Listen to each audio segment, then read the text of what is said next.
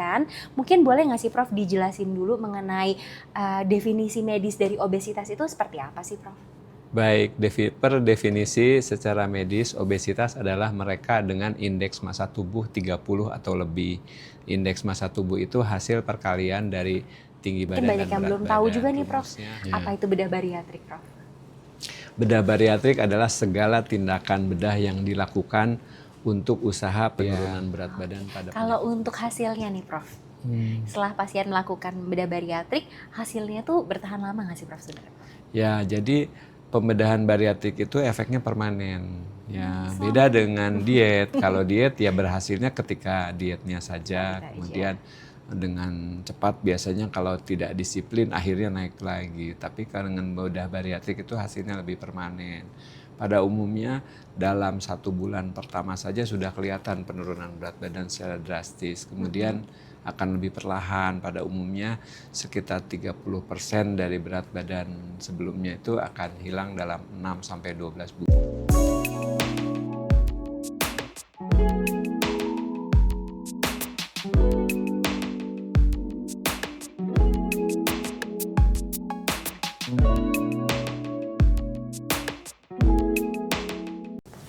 Halo Sobat Somea semuanya, ketemu lagi dengan saya Kalia Labita, spesialis bedah mulut. Hari ini kita balik lagi ke acara RSHS Podcast, di mana kita akan membahas mengenai kesehatan, gaya hidup sehat, dan mungkin di rumah pengen tahu nih mengenai penyakit-penyakit supaya nggak simpang siur. Di sini kita akan langsung datengin seluruh expertnya, dokter spesialis dan subspesialis yang ada di Rumah Sakit Hasan Sadikin. Nah, hari ini kita bakal membahas sesuatu yang mungkin udah pada tahu, yaitu tentang obesitas atau yang kegendutan lah ya kalau mungkin orang bilang. Tapi gimana sih solusinya selain hanya diet? Nah, kita punya solusinya nih untuk obesitas lawan kita, bariatrik. Solusinya langsung dengan expertnya yang udah pasti semua orang kenal ya mengenai Dokter Reno ini, atau yang sekarang biasa kita sebutkan dengan Prof Reno ya Prof. Jadi hari ini kita kedatangan tamu spesial kita yaitu Prof Reno Rudiman, spesialis bedah digestif ya Prof ya. Halo Prof, terima kasih sudah datang pada hari ini di acara RSHS Podcast. Mungkin sebelum kita mulai boleh Prof perkenalkan diri dulu ke yang ada di rumah biar bisa tahu nih Prof. Baik, sahabat Somea RSHS semuanya, saya perkenalkan, saya Profesor Reno Rudiman, spesialis bedah, konsultan bedah digestif. Yang sekarang ada di RSHS ya di Prof ya? RSHS ya tentunya. Dan tentunya udah mungkin terutama yang di Instagram juga udah kenal nih ya Prof ya. Mungkin gak ada yang gak kenal sama Prof Reno ini dengan seluruh konten-konten menariknya juga ya Prof ya. Dan yang jelas banyak banget konten-konten serta edukasi-edukasi yang diberikan Prof Reno. Nah hari ini kita bakal membahas hal-hal yang tadi udah disebutin ya Prof ya, tentang obesitas nih Prof. Baik. Mungkin yang di rumah juga pengen tahu, tapi sebelum kita dengar mengenai tindakan yang biasa Prof Reno lakukan, mungkin boleh nggak sih Prof dijelasin dulu mengenai definisi medis dari obesitas itu seperti apa sih Prof? Baik, per definisi secara medis, obesitas adalah mereka dengan indeks massa tubuh 30 atau lebih. Indeks massa tubuh itu hasil perkalian dari tinggi badan dan berat badan. Rumusnya mudah, tinggal googling mungkin indeks massa tubuh atau body mass index. Nanti dimasukkan parameter tinggi badan dan berat badan, akan ketemu berapa indeks massa tubuh Anda. Kemudian nanti bila dia 30 atau lebih itu sudah termasuk kriteria obesitas. Oke, kalau misalnya secara klinis nih Prof, bisa kelihatan nggak Prof nih seorang obesitas atau tidak Prof? Ya pada umumnya sih kelihatan, terutama obesitas itu banyak yang tipe sentral ya. Tipe sentral itu artinya yang terutama perutnya yang besar kelihatan ya. Kemudian kakinya kecil, tangannya kecil gitu. Itu namanya central obesity. Nah itu ya pada saat ini semakin banyak penyandang obesitas di seluruh dunia termasuk di Indonesia. Nah, kalau misalnya seseorang menderita obesitas nih ya Prof, itu ada nggak Prof resiko-resiko kesehatan yang membahayakan? Ya, obesitas itu masalahnya banyak ya. Oleh karena itu baik WHO, World Health Organization dan Kementerian Kesehatan sudah menyatakan bahwa obesitas itu adalah suatu penyakit, bukan hanya sekedar keadaan. Nah, penyakit yang terkait dengan obesitas pada umumnya antara lain diabetes mellitus ya, atau kencing manis, hipertensi, lalu gangguan asam lambung, nyeri lutut, osteoartritis gitu ya, nyeri-nyeri sendi, kemudian juga gangguan tidur ya, mengorok gitu, kemudian gangguan seperti mudah lelah, lalu dan penyakit jantung, peninggian kolesterol dan lain-lain. Jadi banyak sekali penyakit yang terkait dengan obesitas tersebut. Jadi obesitas walaupun dari luar mungkin kelihatannya sehat, happy-happy, tapi sebetulnya dia membawa berbagai risiko penyakit di dalam tubuhnya gitu. Jadi itu sesuatu yang memang sudah harusnya ditangani ya Prof ya? Betul. Nggak bisa hanya kita diamkan saja karena kita mungkin mikirnya cuma obesitas aja, nggak bisa gitu Prof berarti. Iya betul ya. Jadi yang pertama tentu harus menurunkan berat badan gitu. Tidak harus selalu dengan operasi, bisa diet, olahraga, hidup sehat gitu ya. Tapi sayangnya banyak yang gagal gitu. Tidak berhasil hanya dengan diet atau olahraga saja gitu ya Prof. Ya. Apakah ada suatu faktor yang mempengaruhi Prof dari kegagalan untuk seperti diet dan olahraga seperti yang tadi Prof? Ya, kalau dengan diet kenapa banyak gagal? Karena ya naluri manusia ya untuk mencari makan gitu ya. Tergoda. Jadi orang yang diet melihat teman-temannya ngumpul bareng, makan enak, lagi viral pula di sosmed makanannya, pasti penasaran. Sudah dietnya mulai besok saja gitu. Ada juga yang kan terkait pekerjaan, mereka yang bekerja dengan mengentertain orang lain seperti public relation di satu hotel seperti itu.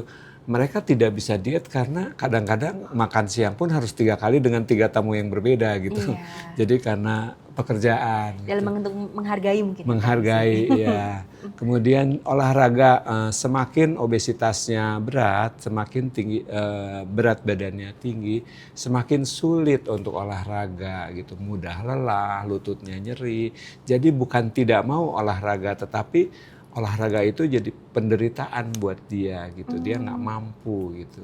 Bukan jadi sesuatu akhirnya yang gagal. bisa enjoy gitu ya Prof. Betul, iya. Misalkan mungkin temannya lari 100 meter, nah dia baru 10 meter aja, tunggu katanya. Dia paling bontot terus, akhirnya kan minder. Akhirnya dia minggu depannya nggak mau ikut lagi olahraga gitu. Jadi seperti itu. Jadi banyak faktor yang bisa menggagalkan diet dan olahraga. Jadi bukan hanya sekedar tidak mau, tapi kadang-kadang tidak mampu untuk olahraga gitu karena bobotnya yang besar itu ya. Baik Prof. Lalu kalau tadi kan Prof sudah menjelaskan ya Prof ya, dengan diet, olahraga apabila tidak berhasil, berarti penanganan selanjutnya seperti apa nih Prof? Bila seseorang yang telah berusaha diet kemudian gagal, olahraga pun tidak membawakan hasil, atau pernah berhasil tapi gagal, itu banyak sekali. Jadi berhasil biasa disebut yo-yo diet. Jadi dia diet, naik lagi terus begitu gitu. Jadi akhirnya frustasi, akhirnya bosan. Nah mereka-mereka yang sudah mencoba berbagai usaha untuk menurunkan berat badan kemudian tidak berhasil, ya akhirnya adalah solusinya mungkin harus dengan cara pembedahan yang namanya bedah bariatrik itu ya. Jadi itu memang udah opsi terakhir mungkin ya Prof? Opsi terakhir, betul. Setelah dilakukan konservatif tidak berhasil, baru kita lanjutkan dengan pembedahan itu betul, ya Prof? Ya. Yang namanya tadi bariatrik ya Prof? Bedah bariatrik ya. Bedah bariatrik. Mungkin di rumah ada yang sebelumnya udah pernah dengar atau belum pernah dengar. Nah nanti kita langsung dijelasin langsung nih sama ahlinya yang merupakan salah satu pionir juga loh untuk bedah bariatrik ya Prof ya, kalau nggak salah di Indonesia. Ya. Wah nih nanti kita lanjutkan ya Prof.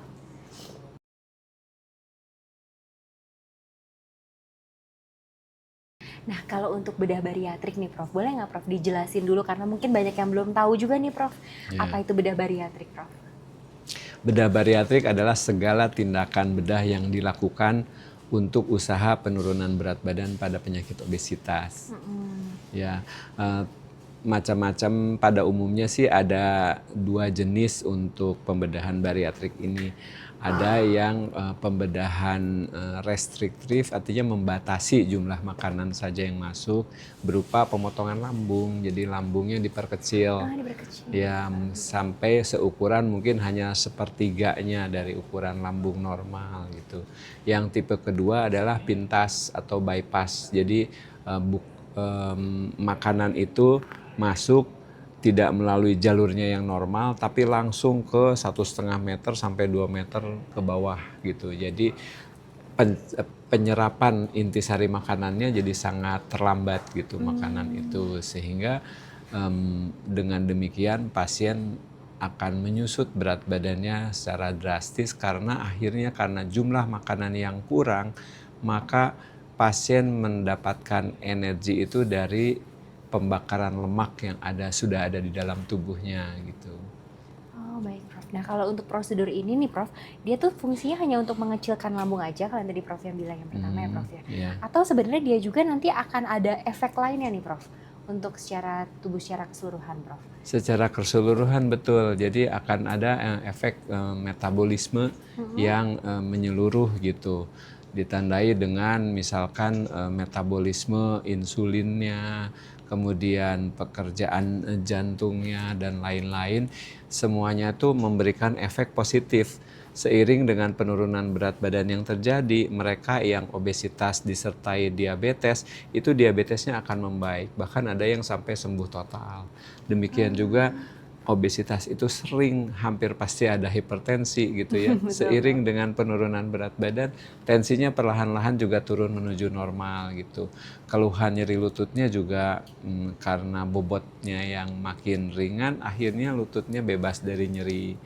Ngorok juga hilang gitu. Jadi biasanya beberapa minggu setelah operasi bariatrik, dia bisa tidur lebih nyaman tanpa ngorok gitu.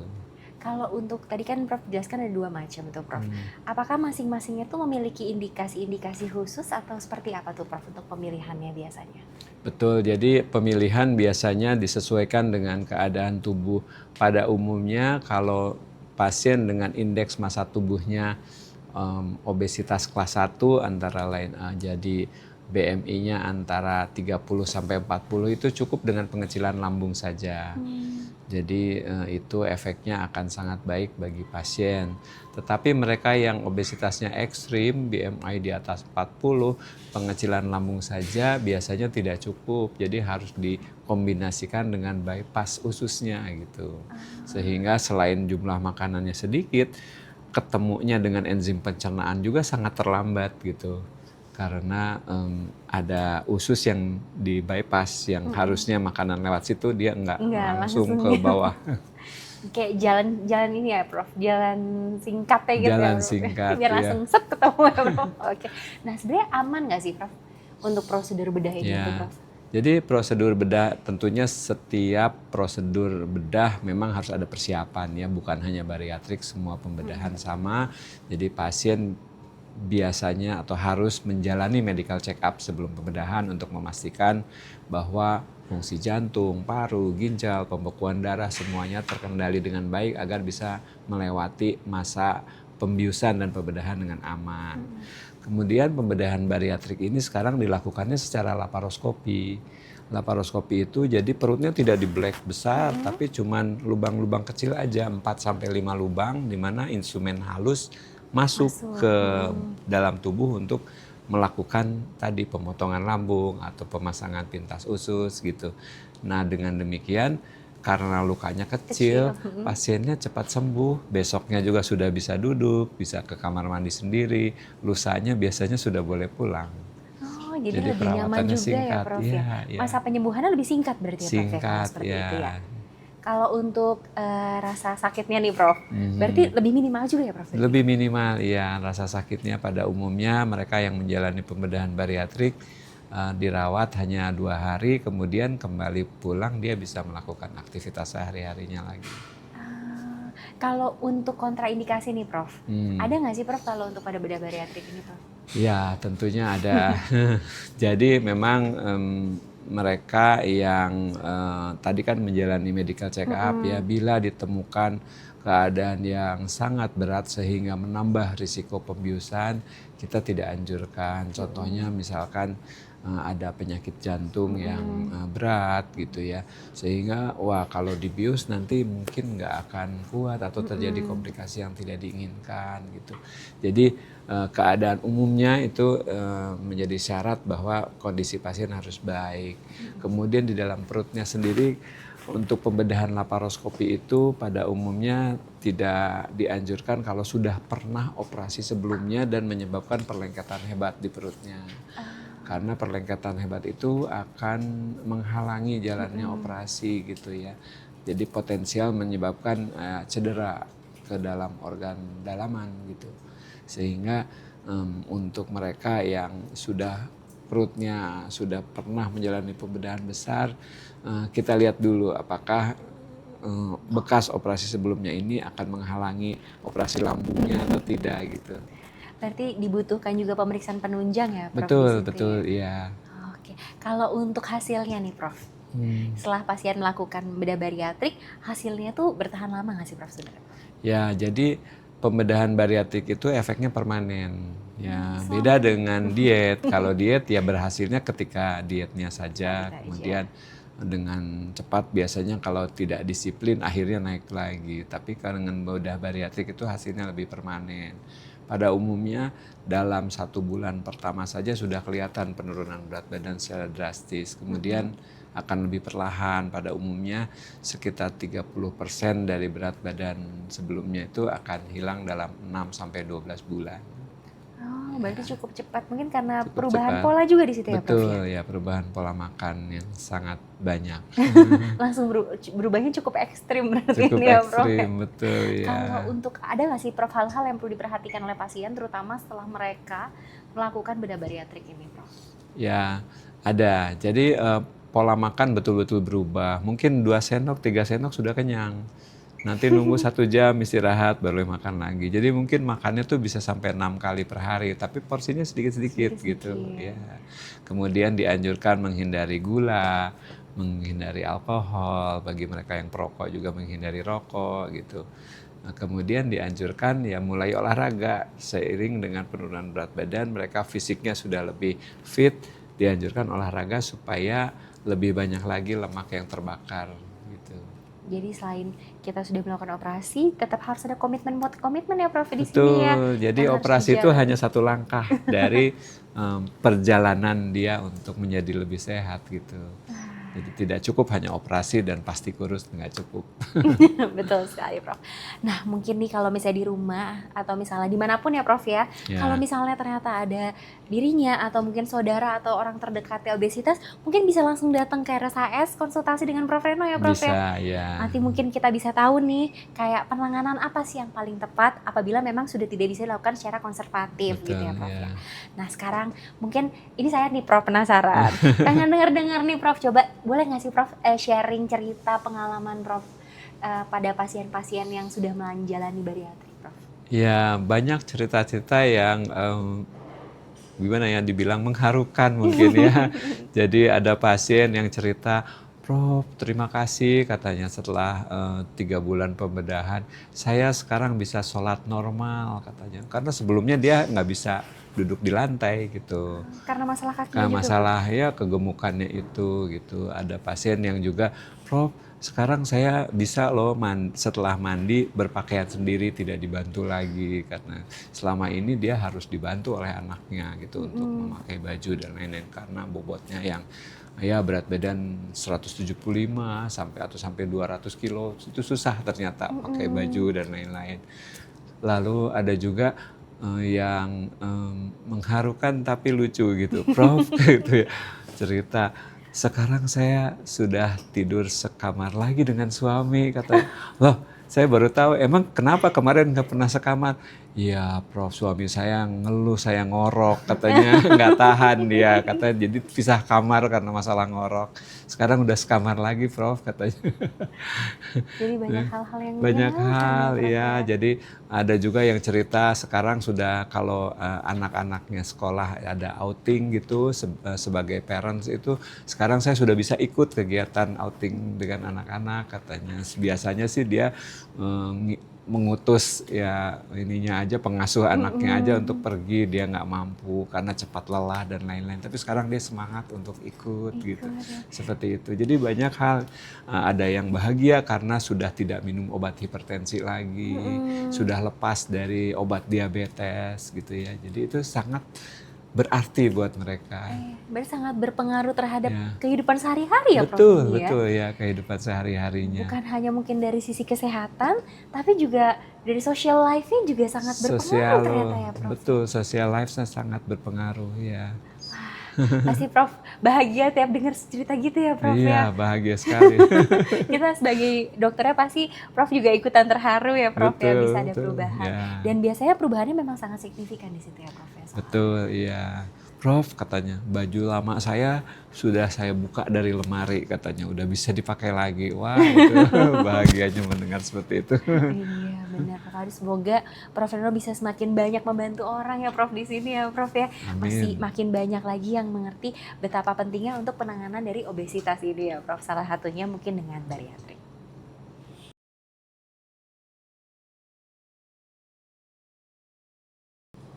Nah, bukan cuma saya aja nih Prof yang penasaran. Ternyata netizen juga pada penasaran Prof. Jadi udah ada share-share pertanyaan. Mungkin Baik. yang pertama Prof, kayak ini yang paling banyak ditanya nih Prof. Katanya biayanya gimana nih Prof? Masalah biaya ya betul. Ya memang tindakan bariatrik ini sayangnya belum di-cover oleh asuransi maupun BPJS, jadi harus dengan biaya sendiri. Tetapi ya biaya di Rumah Sakit Hasan Sadikin saya kira sebanding sih dengan di rumah sakit lain. Silahkan hubungi klinik bariatrik Rumah Sakit Hasan Sadikin ya di Gedung Parahyangan lantai 1. Mungkin mereka bisa memberikan informasi mengenai biaya ini. Biar lebih jelas ya Prof Biar ya. lebih jelas, Nanti ya. kita kasih nomornya mungkin ya. Atau bisa langsung datang dan konsultasi dengan Prof. Baik. Nah, yang lanjutannya Prof, untuk lama operasi biasanya berapa lama nih Prof? Lama operasi pada umumnya antara 2 sampai 4 jam ya tergantung keadaannya, bila lancar dan lain-lain 2 jam selesai gitu. Bila ada sedikit penyulit mungkin agak sedikit perlahan 4 jam gitu. Oke, tapi semuanya aman ya Prof Semuanya ya? aman. Karena bius total ya Prof Bius ya? total. Ya pastinya juga tidak sadar mungkin ya Prof Iya, ya? iya. Tidak merasa apa-apa kan ya Iya. Prof? Oke. Yang untuk lanjutannya Prof, untuk persiapannya apa saja nih Prof yang harus dilakukan? Baik, persiapannya tentunya harus menjalani medical check up ya, berupa pemeriksaan darah, ronsen, cek EKG, dan pada pasien tertentu mungkin perlu USG jantung, perlu tes faal paru gitu. Nanti disesuaikan pemeriksaan apa saja yang harus disiapkan atau harus dijalani oleh pasien. Kemudian pasien juga dianjurkan dari sejak 5 hari sebelum pembedahan sudah mengatur dietnya dengan hanya minuman saja, minum cair gitu dari sejak 5 hari sebelum 5 hari operasi sebelum operasi. untuk mengkondisikan lambungnya menjalani operasi nanti. Yang terakhir ya Prof, satu lagi Prof. Kalau untuk dari usia berapa Prof? Bariatrik boleh dilakukan? Baik, pada umumnya yang direkomendasikan adalah umur 18 sampai 65 tahun ya. Tetapi bukan berarti yang kurang dari 18 pun tidak boleh ya, tapi tentunya ada precaution yang lain gitu ya. Bila betul-betul ada indikasi obesitas demikian berat ya dilakukan juga gitu. Tapi yang sudah terbukti paling aman itu antara 18-65. Oke, baik Prof. Terima kasih banyak ya Prof. Baik. Hari ini kita mendengar banyak sekali hal yang mungkin juga baru didengar atau mungkin tadinya bahkan tidak tahu nih Prof. Tapi kita langsung datengin pionir yang langsung yang udah sangat expert di bidang bariatrik terutama untuk Prof Reno. Nah, sebelum kita tutup hari ini mungkin Prof boleh kasih closing statement dulu buat yang ada di rumah Prof. Baik, bagi Anda para penyandang obesitas, mungkin bariatrik adalah solusinya. Bariatrik bukan hanya sekedar pembedahan supaya lebih kurus, tapi menjadi hidup lebih sehat. Menjadi kurus adalah bonusnya. Terima kasih banyak Prof. Seru banget hari ini obrolan kita dengan Prof. Reno. Tentunya kita mengharapkan orang-orang juga semakin hidup sehat ya Prof ya. Jadi terhindar dari obesitas dan akhirnya tidak perlu melakukan pembedahan. Namun kalau memang diharuskan atau sudah tidak ada pilihan lain, mungkin bisa datang ke klinik bariatrik langsung di Rumah Sakit Hasan Sadikin di Pavilion Parahyangan lantai 1, ketemu dengan Prof. Reno. Jangan lupa ya untuk semua yang ada di rumah, terima kasih sudah nonton dan jangan lupa untuk share, subscribe, dan like video kita semua RSHS Podcast karena kita bakal selalu mendatangkan para expert-expert di bidangnya. Jadi kalau misalnya ada yang pengen tahu atau penasaran tentang hal apa juga boleh langsung komen di bawah. Sampai ketemu di acara selanjutnya. Terima kasih Prof. Terima kasih. Selamat siang.